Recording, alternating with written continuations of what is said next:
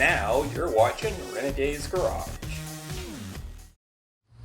What's up, everybody? Welcome to another episode of Renegade's Garage. Today we're going to talk about this, the Rennie Runner. In this episode we're going to talk about the top 5 things I did to this truck to get it ready for overlanding and off-roading. So stay tuned, this should be a good video.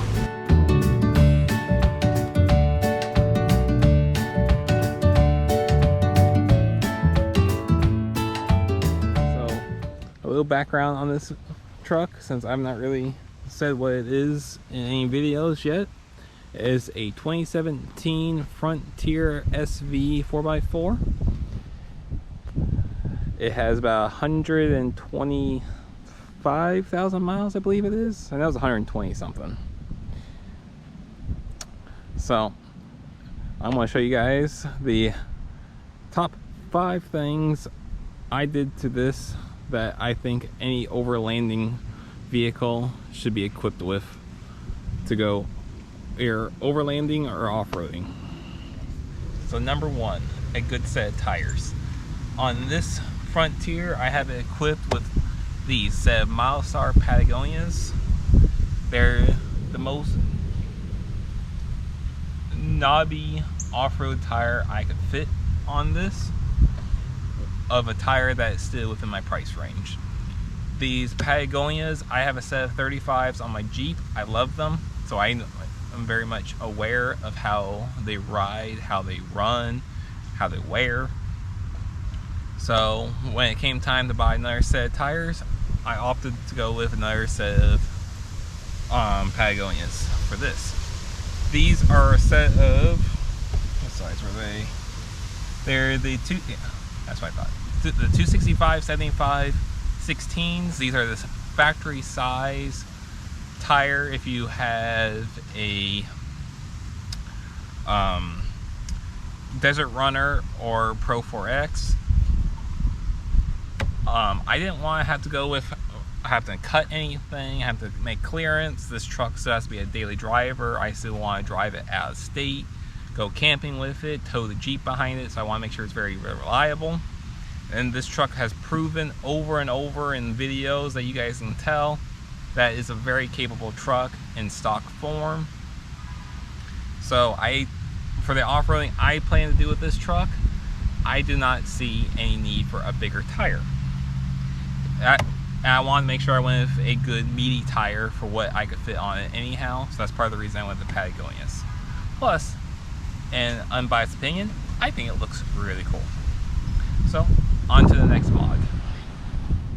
Okay, next mod are these.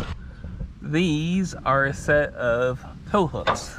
I personally made these. They're made out of a 1/2-inch plate with a D-ring plate welded together in the factory tow hook positions.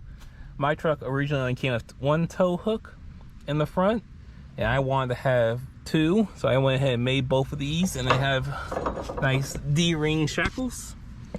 And I took the lower spoiler, so as a secondary to the same thought, I took the front spoiler off to give me more ground clearance, and now I have easy access to the D-rings. There are companies that make the same exact mount. I believe they were about, I think they're around $60 to $80 each, but I have a welder and some friends to help me get everything cut down and drilled and everything, so I went with the DIY route. I think I have 30 or 40 bucks in the metal for the 2, so for me it made more sense to go with it that way. Okay.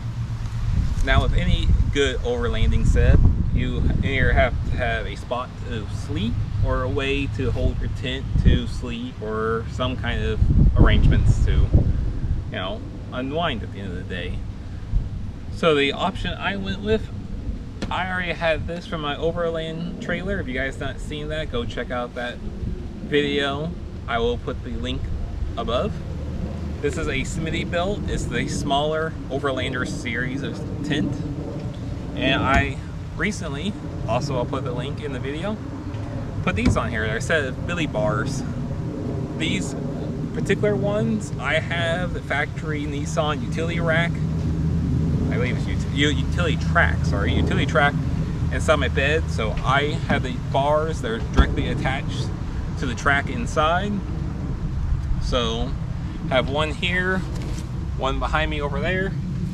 And part of the reason I went this route, because I like having a tonneau bed cover. And that's also. So to me personally, I wanted to have my tent. I already owned it on my trailer, so I moved my tent to my truck.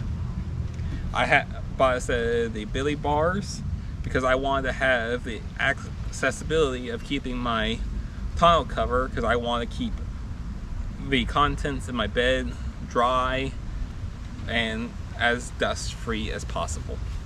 So let's go inside the bed and I'll show you guys the next set of mods I did in there. Okay, now we're inside the bed. Let me give you a tour around. So I will give you guys a more close-up video, but I have my road packs. I got my gas there, got water over here. My truck was lucky enough to come with the factory anchor points that are movable around the track system. So I have two here, so I put my containers or whatever else in the bed back here. Where I go off-roading, I can just stay right here, strap it in. And I also got some like the nut things you stick inside the track, where I took a 2x6, cut it down to the width of my bed. You know, it's a little shorter, but it's roughly with my bed. And with these pieces of angle, and now I have a stop, so when I throw my containers for when I go camping in the bed back here, they don't go flying to the front of my bed. So let me take the camera off the tripod and I'll give you a more up close tour of what I have going on back here.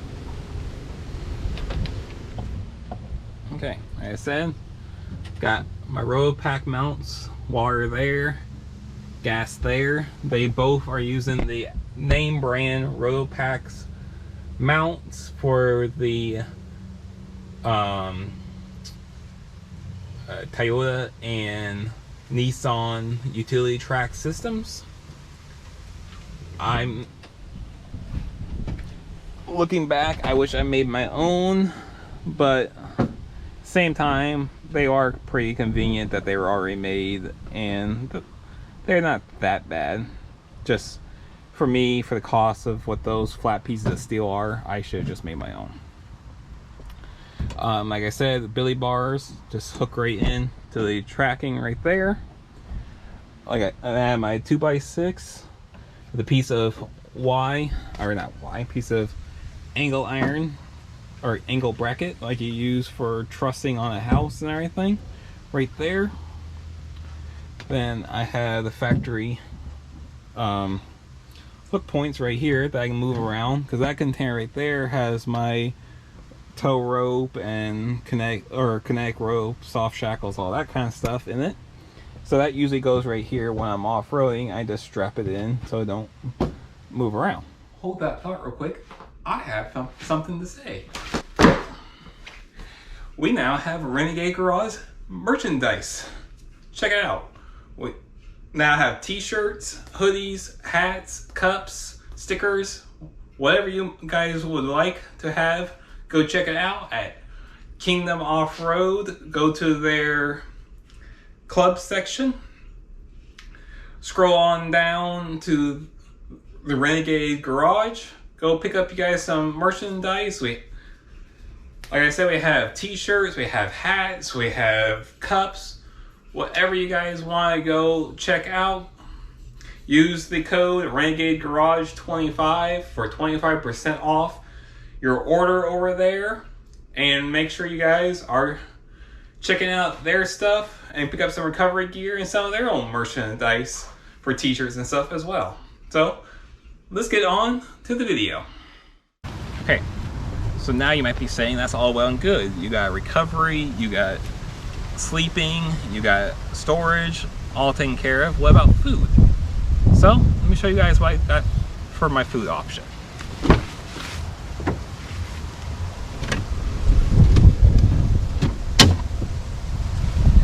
This right here is my 12-volt fridge. It's just a cheap Amazon brand, or not Amazon brand, but Amazon cooler. I think it was about $300. It was I believe it was the 45 liter.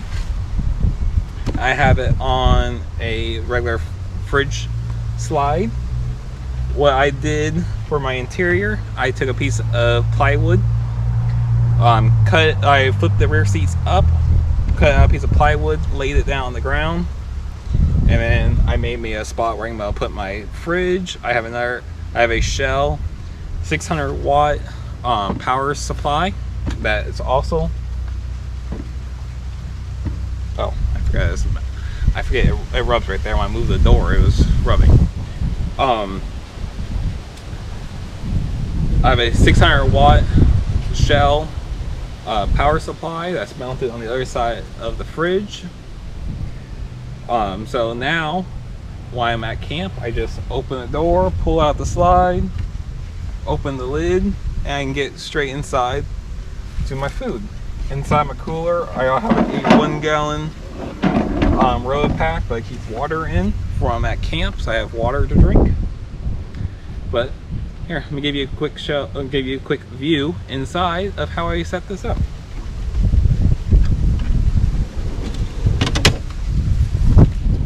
Okay, so now we walk up to the truck. Like I said, I have a piece of plywood. It's cut out where it runs across the rear seat. It's 2x4s as my spacers for the front. So now I have these cubbies on each side. This goes straight across, so I can, like, I have my jacket over here. I have a couple of recovery stuff on the other side. I will let you know, you can, unless you pick this up and move it, or just pick it up, you can't really get into these the factory containers anymore. But I don't really keep anything in there of importance, so that don't really bother me. Then I said I have my fridge slide right here. I believe this is a, what was it, set cool or something like that, set power, something like that. Fridge slide. So it has the 2 locks. Has first lock right here, has the other lock where it brings it all the way out. I hooked a bungee right here from the rear seat belt right there. I'm about to put it across to my hand grip right here. So when the fridge is open, I can leave the lid open, or when I'm inside of it, it just happens to squeeze perfectly right there. Like I said, I have a Shell power supply right here. Just took a couple pieces of these little angle like mounting brackets, and made my little like bracket for it to fit into, and just took some small bungees and bungeed it in. So to charge that, I had to take my center console. I drilled a hole in it and put a cigarette lighter right there, so I can just plug the regular USB into it, about charge, and that's hooked into the factory 12-volt cigarette plug inside of the console. So when the key is on, it is charging, and when the key is off, it is not. So I'm not draining my battery down. And those who are asking, this is the brand of the cooler. Okay, now for you malt crawlers out there, I also got some light upgrades for this. I got these brackets. I don't remember the brand offhand, but it's like one of 2 companies out there that make the hood brackets currently for the 2nd generation Frontier. It bolts right here underneath the hood. It does not mount to the hood. It mounts to the brackets on the fender for the hood. And these are just a cheap set of LED lights off Amazon that cost about, I think it was about 20 bucks for this set. As for other lighting upgrades I've done, The headlights are just a set of Sylvania, the Xeon style headlight bulbs. Not a fan. I want to go LEDs, but at the time I've had good luck with Sylvania bulbs before. And don't get me wrong, they're still a bright bulb, just these headlight lenses suck. Whoever designed this headlight, and you can look at every review for the Frontier, every one of them complain about headlights, and I'm the same person on that note. These headlights suck. They do not, low beam is fine, but second you turn the high beams on, there is absolutely no difference. Down below, I have a set of factory fog lights on this. I changed it out to a set of LED bulbs off of Amazon. It's a real cheap set of bulbs. I think they were 15, 20 bucks for the set. They are pretty bright. They do help. I wish I went with a better bulb so they're brighter, but for right now, they work just fine. Underneath, I have a set of Amazon rock lights, front and rear. I will show you guys those in a minute. I have them all four. The fronts are mounted to the upper side of the wheel wells. The rears are mounted to the front side of the wheel well, just because that's the only place I can find a hole. That didn't involve drilling new holes, running wires in a real weird way, or cutting into my bed. So let me go ahead and give you a walk around and show you guys all the light upgrades and how I'm controlling them. Okay, like I said, these are just a set of Amazon lights with these brackets, and just standard headlight with the Sylvania bulb inside and LED bulb in the fog lights, which these are also, these are hazed over, so that's probably part of the reason these are not as bright as I would hope they would be anyhow. And moving on to the wheel wells, like I said, put the rock lights right there, same thing on the other side. Then moving on to the rear, I have them mounted right into that hole right there. Okay, moving on to the interior, just to show you guys how I set up the light switch. Open the door here, and in my center console right here, I am running another one of those aux beam style switch panels, where I have the windshield lights, rock lights. I want to set it up where it has a rear light, front bumper light, and if I ever do a rear locker or onboard air, is all set up right there.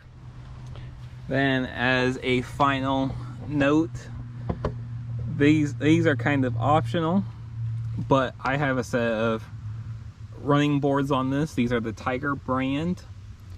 These have held up pretty good to abuse off-road. They've been bashed into dirt, rocks. They are dented in a couple spots from when I was doing the cement tubes at the Blueberry Festival, but they've also helped keep my rockers from getting beat up as well. They are not a set of skid plates, but yes, a skid plate for right there, or rock sliders. Sorry, rock sliders is what I was looking for. They're not a set of rock sliders, but they are better than nothing, but not by much, if that makes sense. Because sometimes, depending on how you land on stuff, because how low these hang out, they can cause more damage by actually hitting your running your rocker. But I also want a availability of something to step on, get into the truck, or try and get to the roof or whatever. Plus, I have my parents and older family members who like to ride with me, so I needed to have an option for them. So now this is if you have an SV like me. I put a factory set of skid plates on. So I got the transfer skid plate and front skid plate for the oil pan up there. Those are from a Pro 4X. Before you hate me in the comments, I know they're not as strong as something better built, But again, the style off-roading I do in this, I don't need rock crawler, but I did still want to have something better than nothing, for in case I do hit some trails that could possibly cause damage. And then for future reference, those were, I think I got those two for like 80 bucks.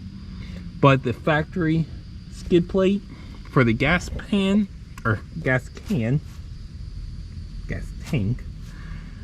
is literally almost the same price as buying the factory replacement, because these are pretty cheap. These are way cheaper than buying aftermarket ones. But the gas tank skid is roughly the same cost if it's aftermarket or factory. So I went ahead and got this one. It's an ASFR. You can kind of see the logo in the pan over there. I picked that one up pretty cheap. It was about 200 bucks, and again, it's aluminum, so it's not rock crawler duty technically, but it's still better than nothing, if you guys get what I mean on that. Then on the rear, you can kind of see it back there. I swapped my rear shocks out to Bilstein 5100s just to help comfort the ride some in the rear. Okay, then last thing. This is kind of personal preference, but I say you need to do some kind of lift. I had, especially on these Frontiers, because man, they sit low. I am running a rough country 2.5-inch spacer in the front with the 1.5-inch spacer in the rear. I wish it got me more lift, I really do, because sometimes this does not look like it's lifted at all, but that is just my personal preference against these Frontiers, especially when you look at it compared to a Taco or Canyon or Colorado, which has the same lift. But so far this lift is doing okay. Just make sure you get a set of the caster adjustment bolts so you can get the your alignment put back into spec once you're done. Thank you for watching this video, guys. It's been a nice little change to show you guys the truck, give you a little bit of a walk around on it, and just kind of a quick upgrades of what you should do to your Frontier or Overland vehicle to get it ready to do some overland camping or just off-roading.